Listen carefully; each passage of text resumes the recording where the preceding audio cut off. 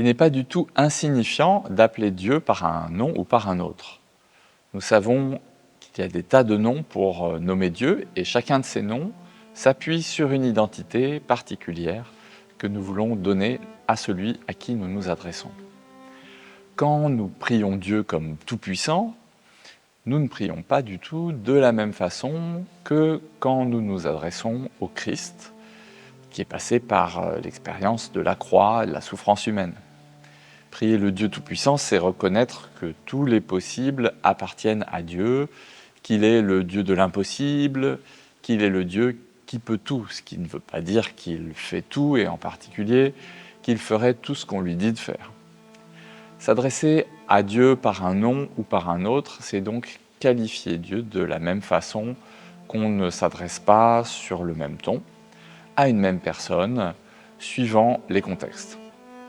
De temps en temps, un journaliste sur un plateau de télévision laisse échapper un « tu » à la place d'un « vous » qui dévoile le fait qu'il connaît la personne au-delà de son rôle de journaliste, plutôt dans le registre de la complicité ou de l'amitié.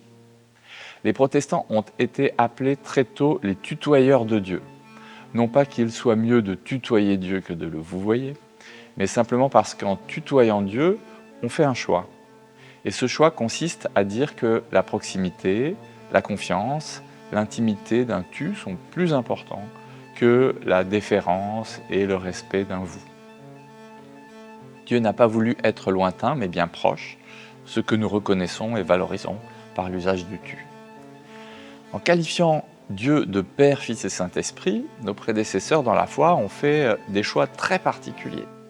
Ils ont voulu mettre l'accent sur des facettes de Dieu bien spécifiques. Comme de toute façon Dieu nous échappe et que nous ne pouvons pas avoir de langage universel, nous ne pouvons pas faire de description scientifique de Dieu. Il fallait bien utiliser des noms autres, des noms du langage courant qu'on emploierait comme des images, comme des métaphores, pour essayer de raconter qui est celui qui échappe au langage et pour essayer de montrer qui est celui qui échappe au regard. En choisissant d'appeler Dieu par le nom de Père, principalement, les premiers chrétiens ont pris un risque. Il est souvent rappelé que cela a exaspéré nos frères aînés juifs qu'on puisse appeler Dieu Père. À la rigueur qu'on dise « Dieu est comme un Père pour nous », c'était recevable et le psaume 103 ne s'en prive pas, par exemple. Mais l'appeler, le prier en l'appelant directement Père, c'était choquant. Car non seulement quand on nomme quelqu'un, le nom qu'on lui donne dit des choses sur qui il est, mais en plus, le nom qu'on lui donne décrit aussi comment nous nous positionnons par rapport à cette personne. Si nous nommons Dieu Père, alors cela signifie que nous nous reconnaissons comme enfants. Et c'est très compliqué de dire cela, car alors, comment fonctionne cette paternité et cette filiation?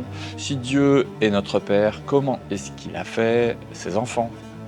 Si Dieu est notre Père, cela veut dire que nous avons un atavisme bien particulier, que nous avons en nous des qualités de Dieu. Est-ce à dire que génétiquement, nous aurions au moins 50% de son patrimoine génétique?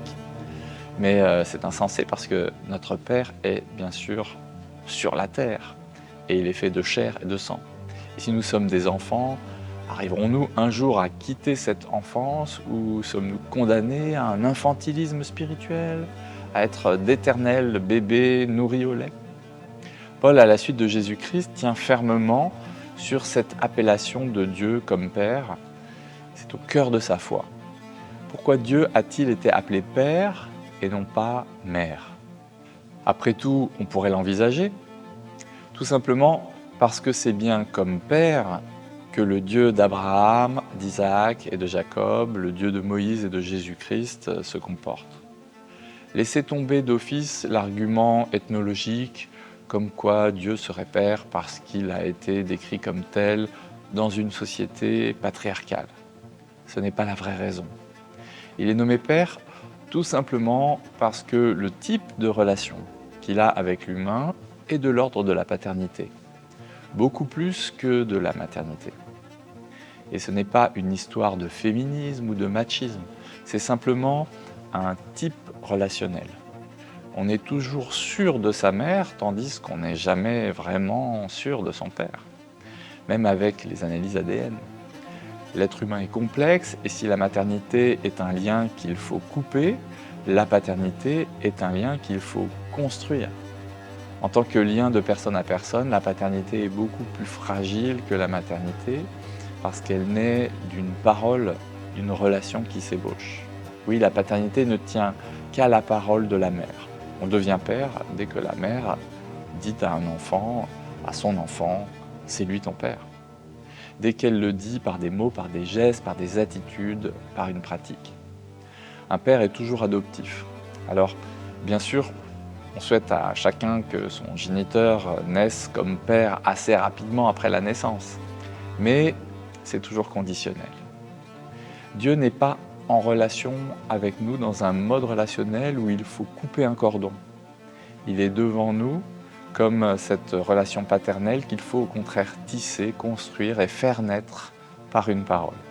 Si vous tenez à tout prix à chercher du maternel dans ce qui fait notre foi, n'allez de grâce pas chercher du côté de Marie. Non, la figure féminine qui construit notre foi, c'est tout simplement l'Église, la communauté, le giron communautaire. Elle est cette matrice, elle est cette mère où nous trouvons dès le début. Elle exerce cette maternité qui nomme, qui essaye de dire à ses enfants depuis le plus jeune âge, « Tu sais, tu peux avoir confiance à Dieu, car c'est bien lui, ton Père. » Quand nous accompagnons les enfants dans leur formation biblique, quand nous prenons soin les uns des autres, au moment où ils essayent de revivifier un lien avec Dieu dont ils sentent bien qu'il ne tient pas très bien, nous exerçons à notre tour cette fonction maternelle qui essaye de nommer la paternité de celui qui est père, parce qu'il veut adopter tous ceux qui accepteront son amour. En tant qu'Église, nous avons à apporter un amour bien particulier à ceux qui viennent nous rejoindre, car c'est la tendresse couvrante et aimante, une vertu maternelle, que nous pouvons leur communiquer. Mais cet amour n'est pas une fin en soi. Il est un soin que l'on prend les uns des autres, mais il ne doit pas devenir un amour qui étouffe, comme ces mères dans le monde animal qui étouffent leurs petits en voulant les protéger, en se couchant dessus, en voulant les nourrir ou les couvrir. La tendresse maternelle que propose la communauté chrétienne a surtout pour fonction d'accompagner la découverte de l'amour bien particulier de ce Père qui paraît tantôt lointain, tantôt dur. C'est à l'Église que revient la tâche de contredire les mensonges qui courent autour de nous, comme quoi Dieu serait absent parce que l'époque est au Père absent, à la paternité décomposée, à la lâcheté quant aux responsabilités qu'il faut pourtant assumer. Et c'est à l'Église de contredire l'autre mensonge, comme quoi le Père serait nécessairement violent, dur, insensible, seulement parce qu'effectivement, de temps en temps, c'est à lui que revient le devoir de marquer des limites, de poser des interdits, voire de sanctionner.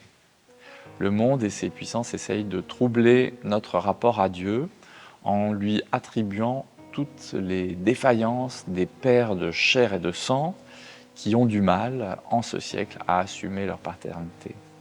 Et avec ce double prétexte que les pères sont parfois défaillants, on voudrait nous faire croire que Dieu est donc dans la terrible alternative de l'absence et de la violence. En somme, un père mollasson ou alors un père cogneur. Non, non et non. L'Église a une responsabilité tant vis-à-vis de Dieu à un niveau spirituel qu'à un niveau social et éthique, vous le comprenez bien. Les deux sont liés. La restauration d'une paternité apaisée est une urgence à bien des égards. Sortir de l'alternative du trop et du pas assez est une des trajectoires indispensables pour l'Église d'aujourd'hui. Car le Père de Jésus-Christ est tout à la fois ferme et tendre. Sa fermeté n'est pas violence et sa tendresse n'est pas lâcheté. Le rôle des femmes est important dans la consolidation de paternités humaines qui doivent retrouver un équilibre. C'est par la force de cette parole que naîtront les pères que nos enfants recherchent. Les hommes ne doivent pas se prendre pour Dieu, mais chercher à imiter celui qui a su offrir au monde un modèle de paternité harmonieuse. Et l'Église se doit de dire au monde, c'est lui ton Père. Nos contemporains sont en train de mourir de manque d'amour entre une société de consommation qui se comporte comme une mère, mais qui nous fait mourir d'un gavage qu'elle ne sait interrompre, et un Dieu dont certains aiment à dire qu'il est absent, mais qu'il l'est seulement parce qu'on lui a interdit d'être présent en réalité.